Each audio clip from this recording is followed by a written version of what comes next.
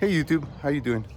My name is Victor Sanchez. If you haven't been to my channel, I normally talk about my construction right here that I've been doing here in Mexico. But today I really want to talk about a topic that's really hot on the list. That's basically gentrification. Why did I choose this place for gentrification?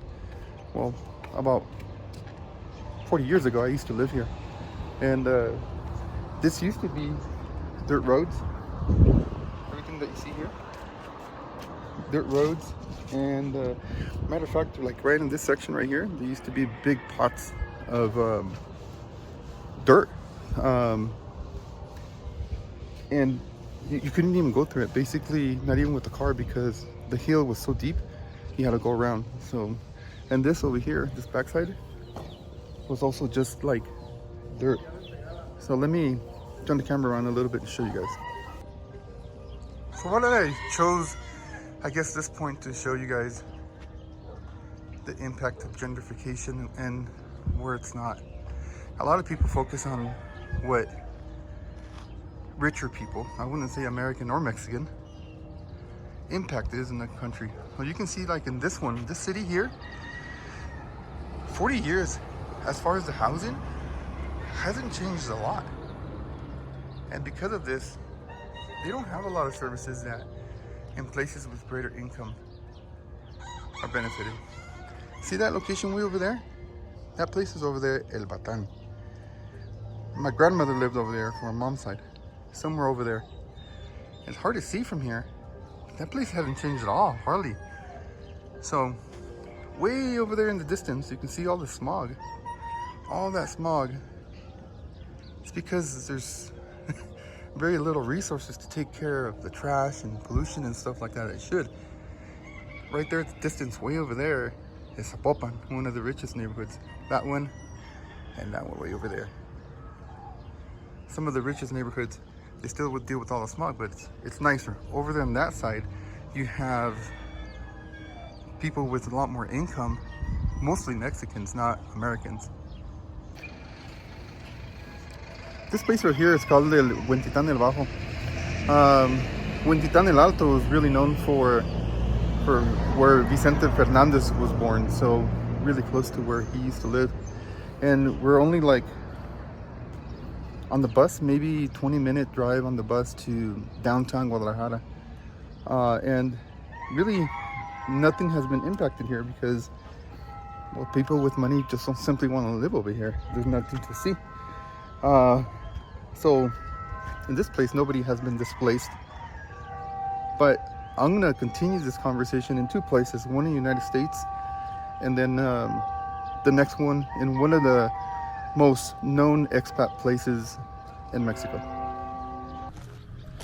When my girls were really young, my older ones, like about 30 years ago, this park right here, it used to be a pristine park. It used to be so nice. We would go, we would walk on that bridge right there with my girls.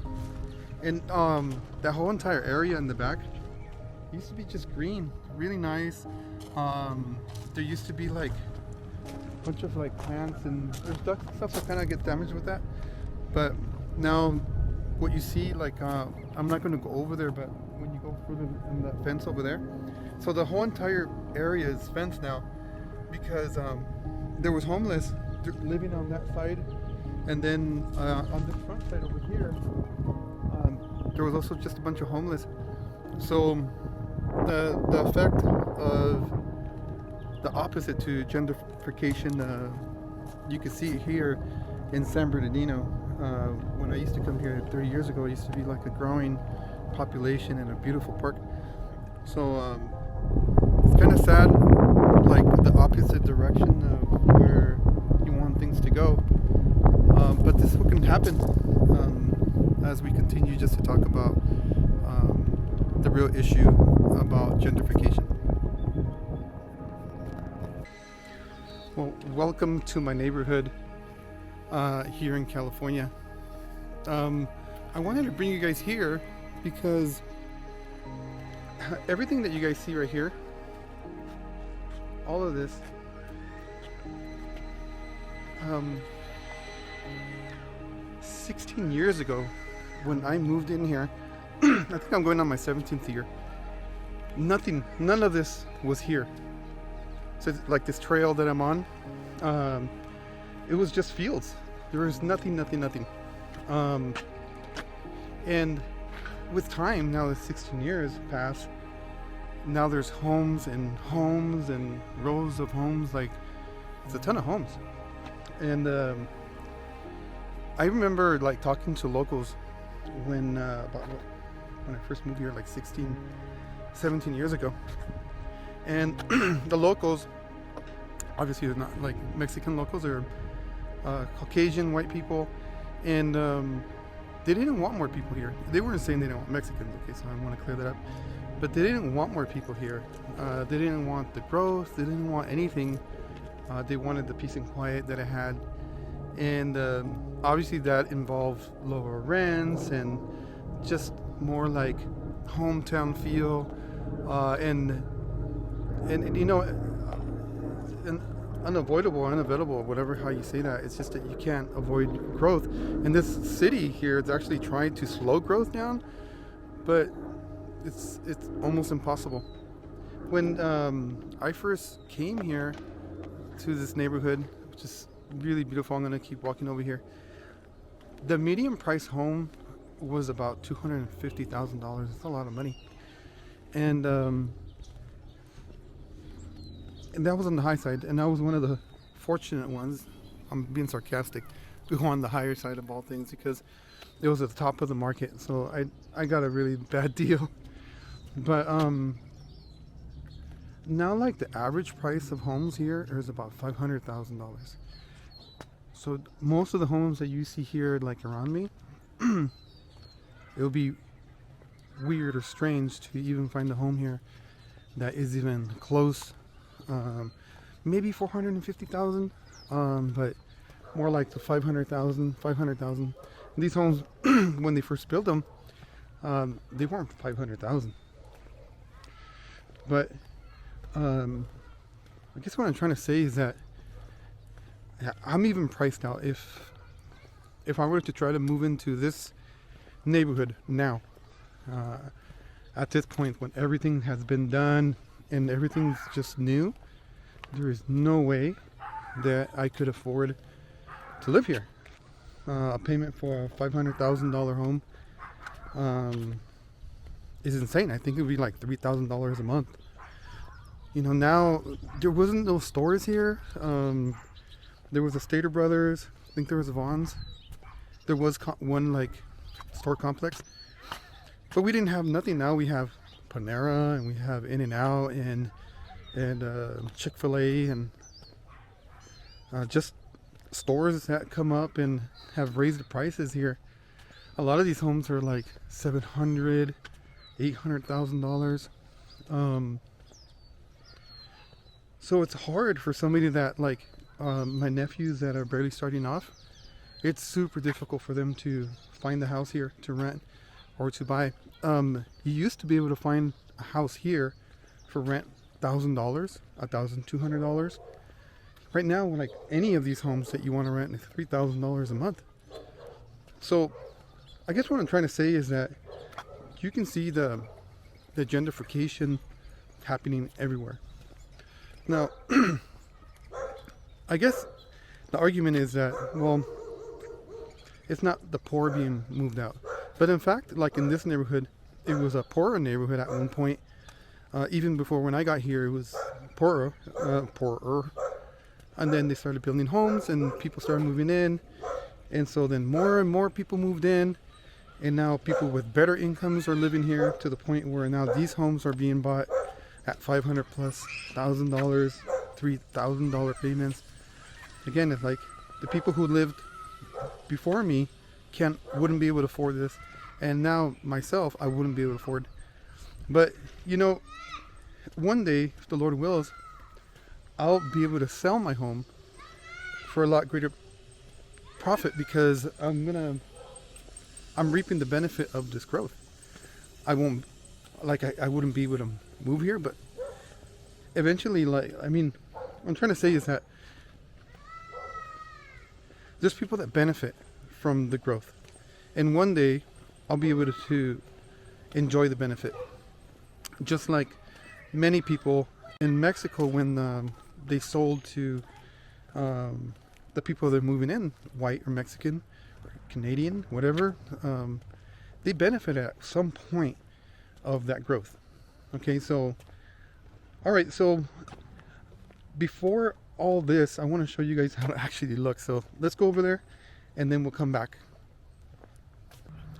So 16 years ago, 17, close to 17, a lot of the area, you know, what I'm just showing you now, like previously, it actually looked like this.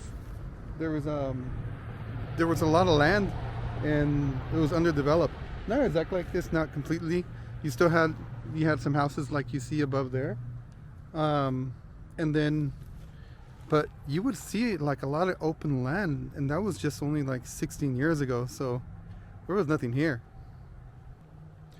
In fact, when my brother and I first went through the neighborhood where I live in, much of it looked like this.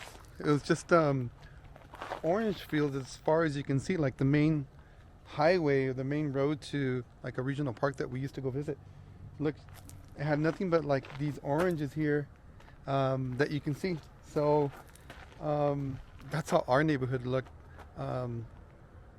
Like 30 something years ago. Very pretty, but there was nothing like you can see over here. Like there's nothing, just oranges and more oranges and some pretty flowers like this, but that's all we had.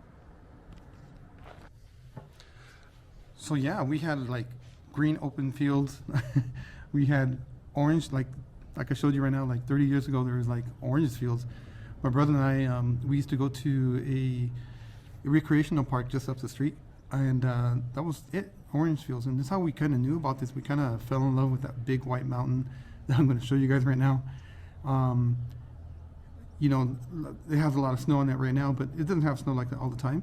But I remember seeing that mountain. It's just beautiful. It's one of the biggest mountains here in Southern California. And remembering like, this is a very nice place. And so we moved from one place to another. And so I was telling my wife, I go, if I were to ever move, it's going to be to that location, you know, not knowing how things would turn out. I just like the location. I like the small town feel. And, you know, many of us thought the same thing. So we like the small town feel. And then all of a sudden the small town is a big town. And slowly but surely, the people who bought before me, you know, they sold, and now probably they're priced out. So okay, so let's go back to Mexico and let's see what how gentrification affects them, and we'll just kind of continue with this video. Hey everybody, okay, so we're here in Ajijic. Much warmer over here than in the States, I'll tell you that, but kind of nice warm. Just you can feel the impact in a positive way.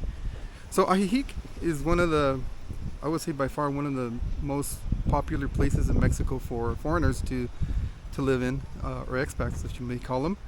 Ajijic is much like, I would say even greater impacted than Roma, Condesa, Colonia America, Merida. Here in Ajijic you have about anywhere from 20 to 30,000 fluctuation of foreigners. And I say foreigners because there's all walks of life. You got Americans, or from U.S., Canadians, Germans. Just heard some Italian guys over here talking. I don't know if you're visiting or live here, but anyhow, this place has experienced just a really nice benefit of having foreigners here. It's so beautiful. You can actually see the impact. That's the Malecon there. The influx of money that foreigners bring here has been really nice. You can see like that place right there. Hopefully it's not too windy. So it's been really positive. And I actually appreciate that this place is looking really good. Let me see if I can walk over here and just show you guys. This place right here is like a steak place that they've been fixing up.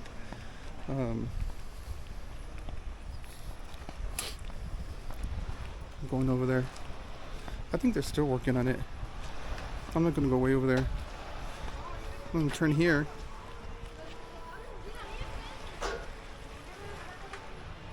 super nice. That's why a lot of expats gravitate to this place. If you just walk here, like most of the people here are foreigners. There was actually a video out here that you would hear just a lot of people speaking English and stuff like that. Hello. Hello. Hello. You know, most foreigners here, I would say 99.9% are really nice.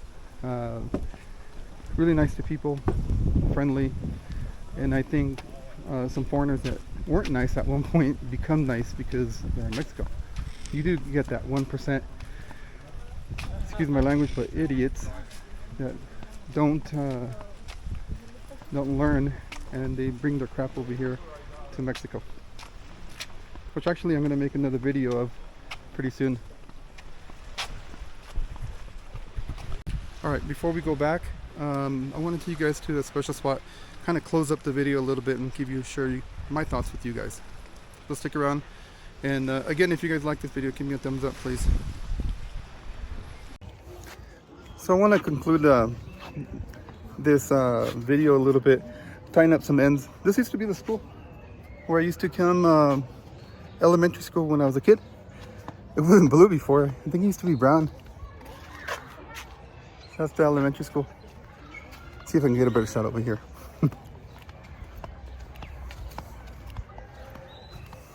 It's changed a lot. Different. So come over here. Yeah, I won't be able to see it, but there's some classrooms. Some classrooms that way. And my classroom was the end of that building over there. That was my elementary school. It really brought really good memories and bad ones too. So I guess I want to conclude what I believe is gentrification is a good thing or a bad thing. I don't really believe gentrification is a bad thing.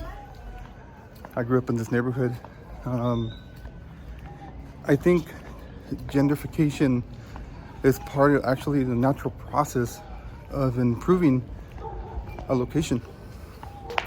This place hasn't have a lot of growth many years. So if people came here with more income and improve like the schools, like the one you just saw, because they bring in more money, or the highways, the roads, I would think that's actually a plus, not a minus. I think when people talk about gentrification, I don't know where their heart is. I don't know where it's coming from. In my opinion, I just don't think that they live through things enough to appreciate that the gentrification part is the natural process of a growing economy. So either be American, Canadian, any Mexican, wealthy Mexicans, I think it's good for a place to experience a type of gentrification to improve their local communities and the overall economy. So honestly, what I think is that if God has blessed you with the means, we came from here and worked, and if by some reason, well, God has blessed us with the means to be able to move up or have things that maybe others didn't have, it serves its greater purpose, you know. I think the greatest issue that we're talking about in gentrification is not gentrification itself, it's the classism. I think classism is probably the greatest danger of everything. It's low moral value to other people, where your belongings and your money make you somewhat a better person. And I can tell you, some of the people here are the nicest people I ever met, and that's why I fell in love to Mexico, because I lived here for a while. So my experience in Mexico was with the humble people of Mexico, and I think that when Americans come, they experience that, or Canadians experience that.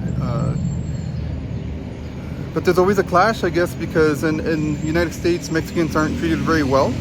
So I guess when Americans and Canadians come this way, there's that resentment. So I would think that for any foreigner that comes to Mexico, they try their best to erase that memory off of them and treat people with kindness, Don't use them as your servant. Don't come here only because they can serve you. They can serve you food. They can do this for you. You can do that. You know. Take different approaches that would actually people would appreciate you. You know, be humble. If God has blessed you with the means to do things, be humble about it. And but I really believe that classism only can be corrected through your faith in God. So I think that's the greater issue, and that's what we should address. Not necessarily gentrification, but the classism itself. All right, guys and girls, I hope you guys liked this video. It did take me quite a bit of cities to get this done, from USA to Chapala to here, Ajijic. So if you guys like this video, please help me by sharing this video. Give me a big like. That means a lot for the algorithm. Okay, so God bless you guys. Until next time.